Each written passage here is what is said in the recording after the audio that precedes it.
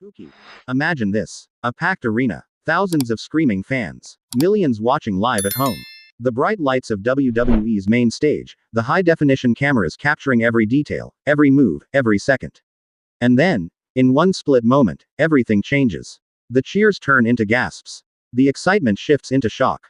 And the superstar in the middle of it all, Jade Cargill, suddenly finds herself living every performer's worst nightmare.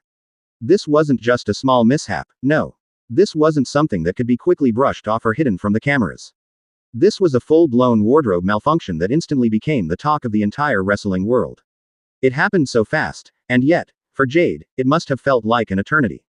She was mid-match, dominating as usual. Her confidence was on full display, her athleticism unmatched, the crowd fully behind her. And then, during a high-impact sequence, disaster struck. Her gear failed her in the most unexpected and humiliating way possible. The cameras caught it. The fans saw it. Social media exploded before the match even ended. And Jade, she froze for just a moment, realizing what had happened, her eyes wide with a mix of panic and disbelief. You could almost see the instant her confidence shattered. She tried to recover, she tried to play it off, but the damage was done. This wasn't just a physical match anymore, this became an emotional battle. A fight to keep her composure while the world was watching something she never wanted them to see.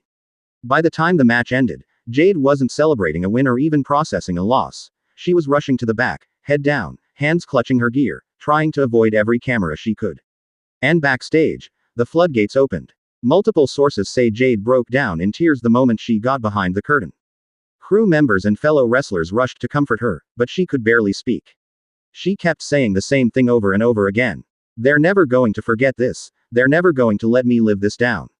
Unfortunately, she wasn't wrong. Within minutes, GIFs and slowed-down replays were circulating online. Wrestling forums, Twitter, TikTok, you name it, it was there. Some fans expressed sympathy. Others, cruelly, turned it into a joke. And worst of all, WWE officials had to have a serious conversation with her immediately after the incident. One insider described the meeting as tense, saying, "It wasn't her fault, but WWE doesn't like negative publicity like this." They were worried about the brand image, the sponsors, the TV networks. Jade was still crying when they talked to her. The whole ordeal left Jade not just embarrassed, but questioning her place in WWE entirely. Backstage, the atmosphere was thick. You know how normally, when a big match ends, there's noise, movement, and energy everywhere. Well, after Jade's match, you could almost feel a heavy silence trailing behind her as she walked, more like stumbled, toward the gorilla position. Her eyes were red, not just from physical exhaustion, but from holding back tears the entire time she was still out there under the bright lights. The first person she saw when she got to the back was Triple H himself. And if you know Hunter, you know his face gives everything away before he even speaks. This wasn't his usual, "good job" nod. No smile. Just a serious, focused expression. He gently put a hand on her shoulder and said, "Let's go talk." Jade followed him into a smaller production office. Inside were Kevin Dunn, head of WWE's TV production, a couple of PR team members, and another producer. This wasn't going to be a friendly chat, this was about damage control. Kevin spoke first. He told Jade they were already working to scrub certain camera angles from the replay and that they had instructed the commentary team to avoid mentioning the incident at all. But he also made it very clear. This is going to trend. We can't stop that. We just have to control the narrative. Triple H then leaned forward and told her something that was both reassuring and brutally honest. It's not your fault. But the truth is, people will try to make it your fault. Social media doesn't care about facts. They care about moments. Jade, still holding her ring gear against her chest like a shield, said in a shaky voice. I've worked my whole life to be taken seriously. And in one night, that's gone. Hunter shook his head and told her not to think like that. He reminded her that even top stars have been through similar moments, from live TV slip-ups to gear issues. But the difference is how they bounce back. Still, the PR team wasn't so gentle. One rep, clearly focused on protecting WWE's sponsors, told Jade she would need to issue a statement before the night was over. Something short, professional, and non-dramatic. They didn't want her ranting online. They didn't want her showing emotion in public.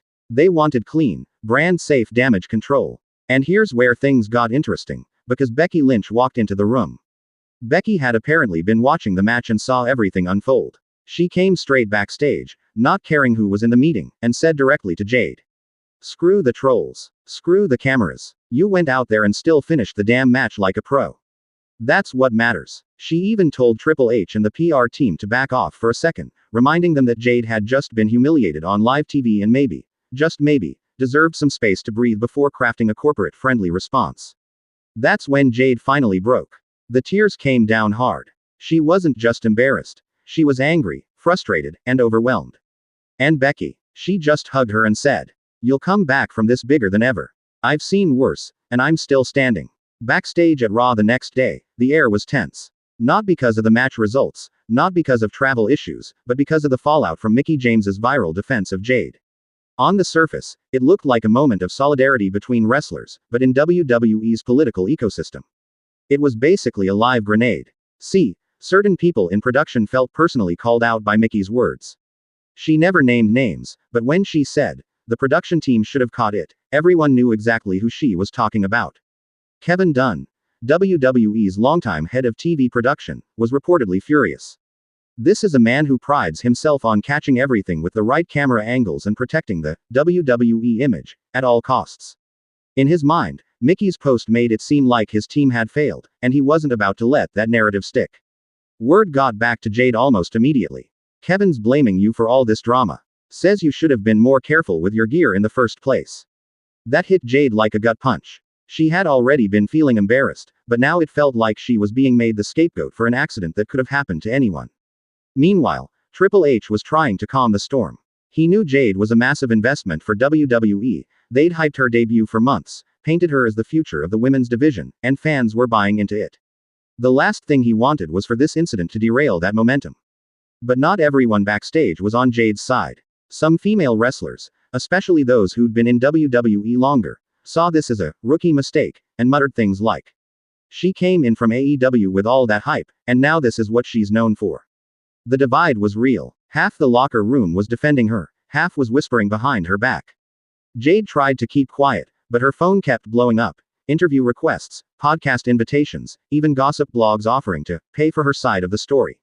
She refused them all, not because she didn't have anything to say, but because Wee's PR team had ordered her to stay silent until they controlled the narrative. That control came in the form of damage control booking.